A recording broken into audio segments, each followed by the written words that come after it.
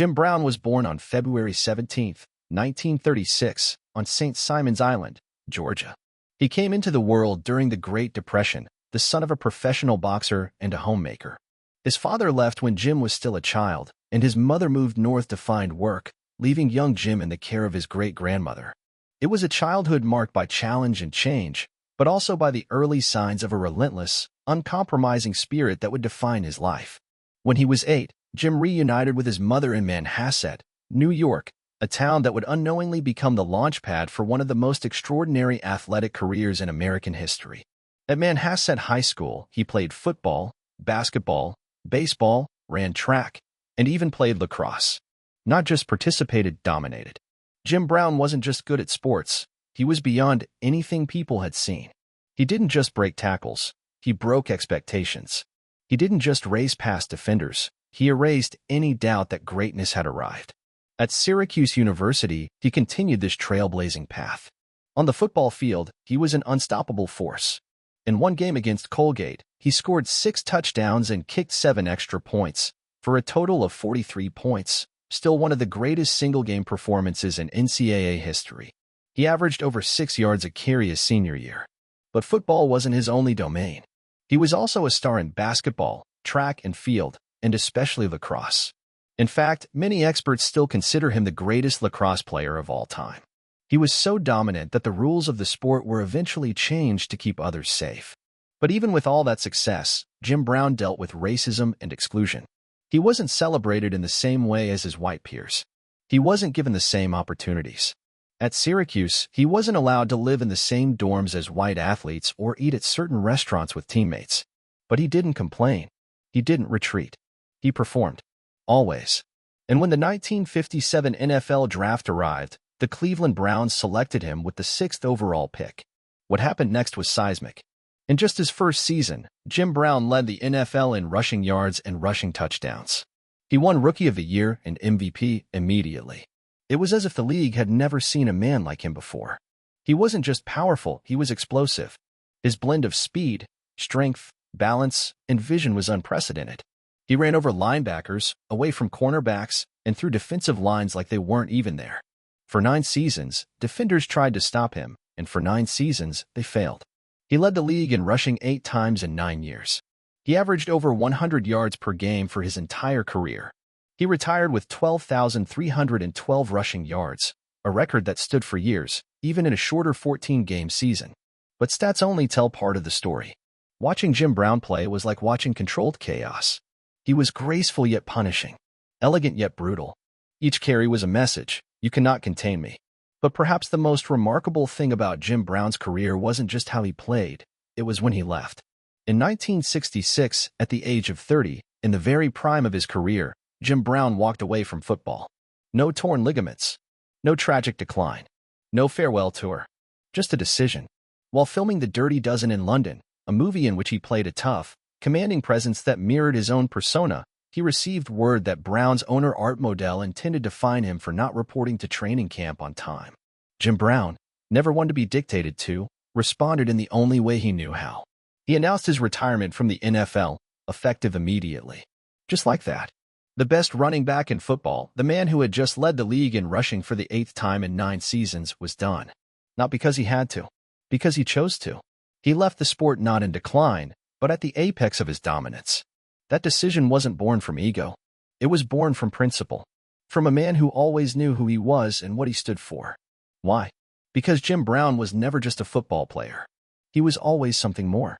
Something bigger. Something uncontainable. He had always been a force of nature, not just physically, but ideologically. He knew that his identity couldn't be confined to the gridiron.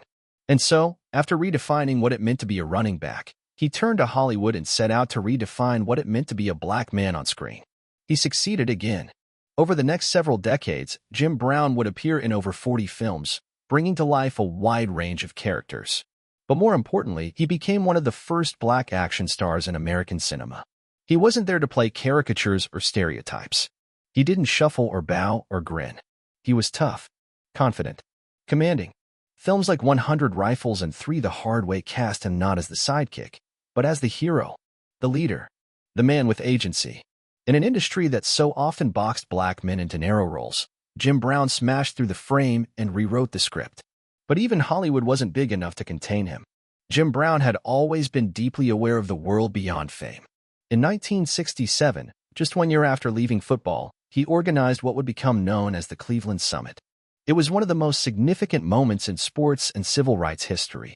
Brown gathered a group of black athletes, including Muhammad Ali, Bill Russell, Kareem Abdul-Jabbar, and others, in support of Ali's refusal to be drafted into the Vietnam War. This wasn't just a press conference. It was a statement, a moment when some of the most prominent black men in America stood together and said, "We are more than athletes. We are citizens. We are brothers. We are leaders." Jim Brown didn't have to do that. He wasn't chasing headlines. He already had money, already had fame. But what he valued more than either was integrity, purpose. He believed that if you had a platform, you had a responsibility. That greatness, without service, was meaningless. And he put that belief into action. He founded the Negro Industrial Economic Union, later renamed the Black Economic Union, an organization aimed at empowering black communities through economic development and entrepreneurship. Brown didn't just talk about justice. He structured it, funded it, lived it. In the 1980s and 1990s, at a time when much of America was turning away from the urban crises unfolding in its inner cities, Jim Brown ran straight into them. He created Amer-I-Can, a program designed to give gang members, at-risk youth, and incarcerated men a chance at redemption, a new identity, a real future. He walked into prisons, into neighborhoods others feared, not as a celebrity, not as a savior, but as a man who had lived with power, walked away from it, and returned to offer guidance.